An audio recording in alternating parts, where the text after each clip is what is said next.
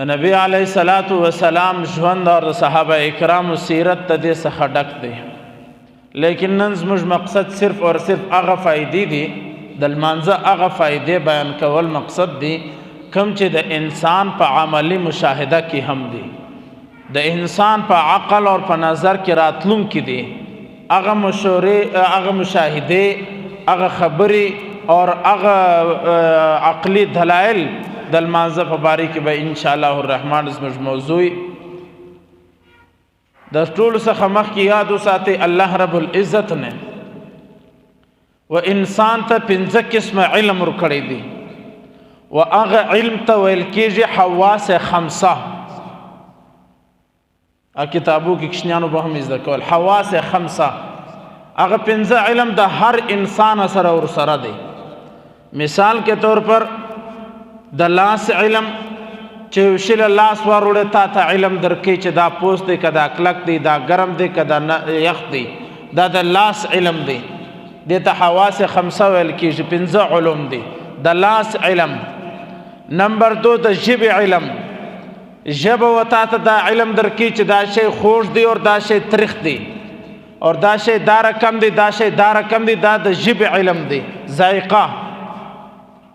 اور دریم علم الله رب العزت انسان ته پسترګو کې ور کړی دی،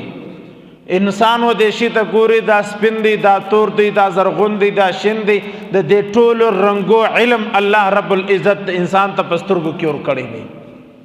دا کښنی دی دا غټ دی دا سره کم دی دا ټول علم الله رب العزت د سترګې په ذریعه و انسان ته ورکوي. اور څلورم علم و انسان ته الله رب العزت په غوږو باندې ورکوي. انسان آواز اوري، دا د انسان آواز دی دا د جانور آواز دی دا شایسته آواز دی دا بیکار آواز دی، دا ټول علم الله رب العزت په غوږو باندې ورکوي.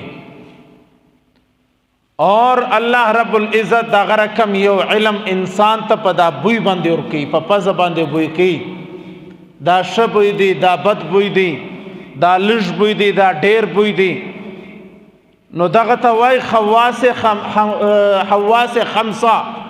حواس و حس ته ویل کېږي، یعنی 5 علوم الله رب العزت و انسان ته ورکړي دي. اور په دغه 5 علوم باندې انسان په لاس باندې د خولې په ذایقه باندې د پزو په سونکېدلو باندې د غوږو په اورېدلو باندې د سترګو په کتلو باندې الله رب العزت و انسان ته علم ورکوي. اور دا علم په کائنات کې هر انسان لري، یو انسان هم داسې نشته چې دغه 5 علوم لار نه لري، هر انسان سره دغه 5 علم استا. نو الله رب العزت چې دغه 5 علم انسان ته ورکړه نو بیا الله رب العزت 5 لمونځ هم انسان ته ورکړ چې زما د دغه 5 علوم شکر،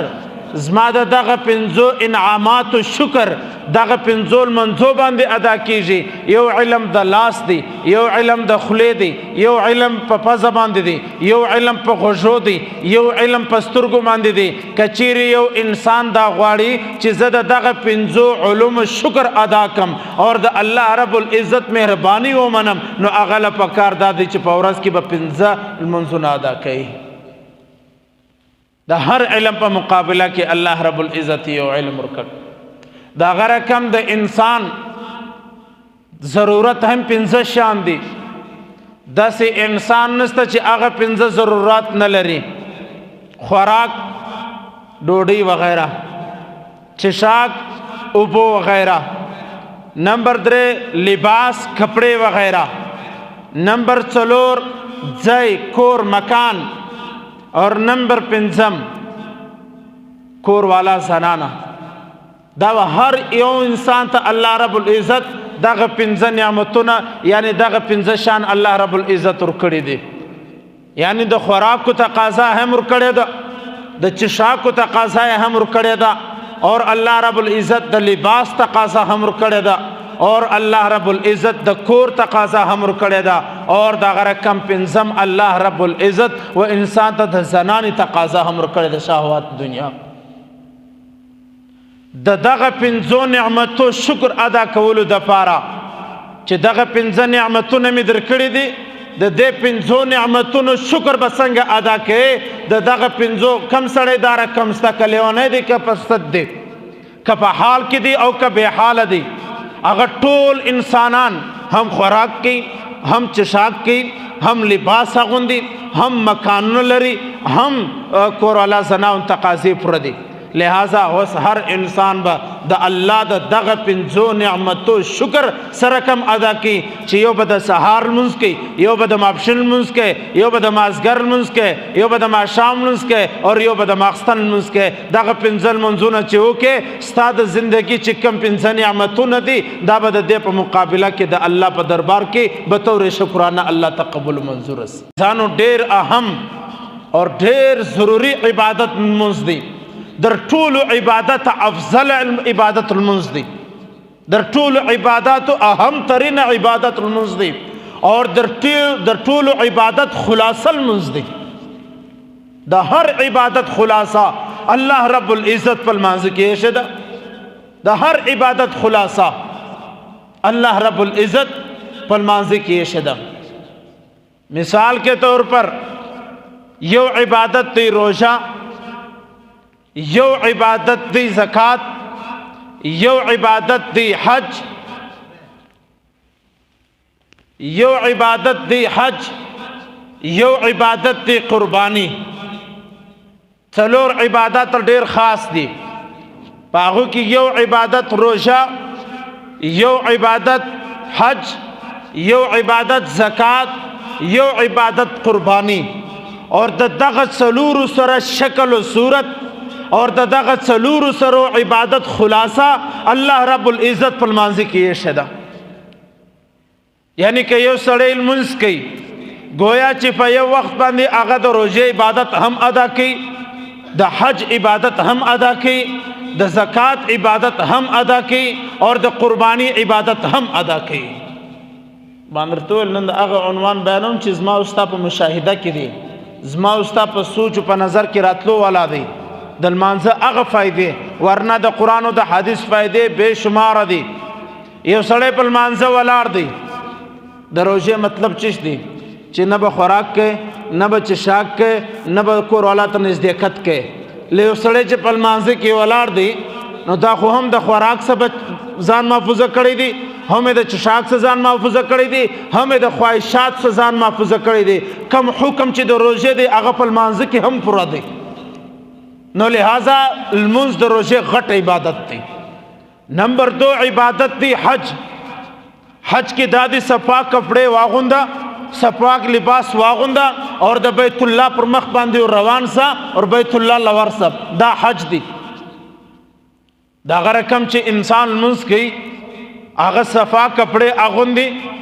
کہ کعبۃ اللہ بیت اللہ لرازی اور د بیت اللہ پہ اقتدا کی پہ روی قبلہ کی اگر سڑے دریج خپل عبادت ادا کی کم کار چی اللہ رب العزت پہ حج کی یشی دے اگر کار اللہ رب العزت پہ المانز کی ہمر کی لہذا المنزدر حجم غٹ عبادت سو نمبر 3 غٹ عبادت دریم نمبر غٹ عبادت فریضہ عبادت اگر زکاة دی پہ زکاة کی دادی چی انسان مال خرچ کی نو کم المنز دا رقم دی چپاگا کی مال نہ خرچی شي دل مانزه د پاره مسواک باخی و خرچا دل مانزه د پاره بسم لباس اغوندے بلا خرچا دل مانزه د پاره پگڑی ٹوپی بدی بلا خرچا دل مانزه د پاره بلاند کالین مالین کارپیٹ یا مزک یا کم ځای چې المنز کې هغه بدی صفائی پر هغه بدی خرچای لہذا زکات کی مال خرچول دی کم سڑے چی عبادت کی المنز کی آگا خو ہم مال خرچی پر کپڑوں ہم مال خرچی پر ٹوپی باندے ہم مال خرچی پر کپڑوں باندے ہم مال خرچی اور پر مزکہ باندے ہم مال خرچی لہذا کم عبادت چی پر زکات کی دی آگا عبادت پر مانزے کے ہمستا لہذا المنز در زکات افضل اور بہترین عبادت تے اور څلورم عبادت دی قربانی جانور قربان کول اور د قربانی مقصد چش دی قربانی مقصد دا دی چې د الله په لار کې خپل ځان یا خپل مال قربانول یعنی یو جانور دی په پیسو واسطه د الله په لار کې قربانه دا انسان چې سجده کې سر اجدي د دې سر ایږدلو مطلب هم دا دی چې الله ما خپله غاړه ستا په بارګاه کې قربان کړې ده. لہذا کم عبادت چې په روژه کې دی، کم عبادت چې په حج کې دی، کم عبادت چې په زکات کې دی، اور کم عبادت چې په قربانی کې دی، هغه ټولو مجموعه هغه لمونځ دی. مثال کے طور پر داسې پوسه یو ګل د ها خواصه راواخه، یو ګل د ها خواصه، یو ګل د ها خواصه، یو ګل د ها خواصه، د هرې خواصه چې ګلان راواخه یو ګلدسته سن جوړه کې، نو دغه ګلدسته ډیره قیمتي سي چې په دې کې د هر نسل او هر قسم په ګلان یو رقم ځای سره جمع شوي دي. دا هغه رقم چې انسان کله لمونځ کوي گویا چې په دې کې زکات هم دی، په دې کې حج هم دی، په دې کې قربانی هم ده، په دې کې زکات هم دی، په دې کې روژه هم دی. لمونځ د روژه هم خلاصه ده، لمونځ د حج هم خلاصه ده، لمونځ د زکات هم خلاصه ده، لمونځ د قربانی هم خلاصه ده. د دې ټولو عباداتو مغز، د دې ټولو عباداتو مجموعه، د دې ټولو عباداتو گلدسته اور د دې ټولو عباداتو خلاصه هغه لمونځ دی. اور د نن مسلمان د پاره در ټولو زیات مشکل کار هم داغه دی، در ټولو زیات مشکل کار هم داغه دی. هر څه کوي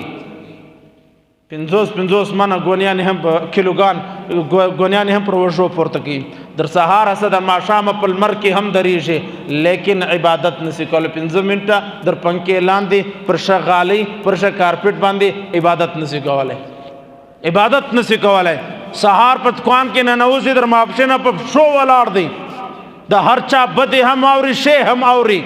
ہر قسم سختی پر ځان برداشي، گرمی سیاح ہر څه پر ځان برداشي. کوږی سي خوراک نه کوي، د دکان ټیم دی، د آفس ټیم دی، دفتر ټیم دی، خوراک نه کوي، بل کار نه کوي، نه د چا ملاقات کوي، یو شی نه کوي. زما د کاروبار ټیم دی، زما د دفتر ټیم دی، زما د آفس ټیم دی، لیکن د لمانځه ټیم دی یو شی نشته. نو لہذا مسلمانانو عبادت ہو پیشنی دا، دا عبادت ہو پیشنی دا تمہارا خاص عبادت دی اللہ رب العزت موتا ترا نصیب کری دی. اور پلمانزے کی نور دیر خصلتنا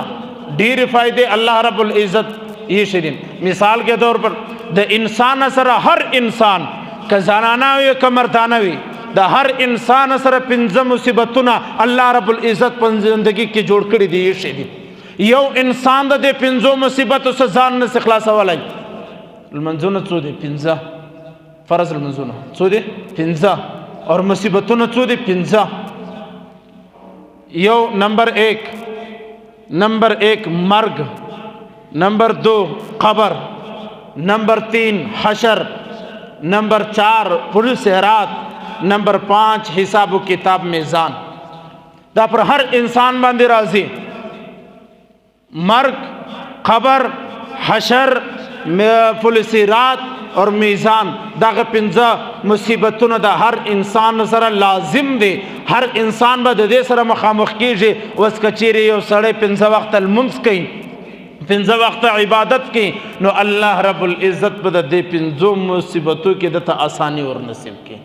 دې 5 مصیبتو کې به الله د مشکلات ختم کوي. دا هغه فائدې دي د لمانځه چې زما او ستا په مشاهده کې دي، زما او ستا په علم کې دي، ورنه د دې خو بے شمار فائدې دي. اور د لمانځه عنوان دومره اهم سو، نن سبا دومره اهم سو. سرکار دو عالم حضرت محمد مصطفیٰ صلی اللہ علیہ وسلم خو فرمائی زما د امت د کفر و د اسلام فرق په لمانځه کیږي. صحابہ اکرام په دور کې رضوان اللہ تعالی علیہم اجمعین په صحابہ په دور کې دا مزاج ہو چې کم سړی به ماجت له نه راتلی پر هغه د منافقت فتوا راتله. صحابہ پوښتنه کوله نبی علیہ الصلوۃ والسلام په لمانځو کې دغه رقم حاضري اخیستله لکه سره رقم چې استاد په کلاس کې د کشنیانو حاضري اخلي. دا رقم نبی علیہ الصلوۃ والسلام د صحابہ اکرامو د ټولو مسلمانانو حاضري اخیستله.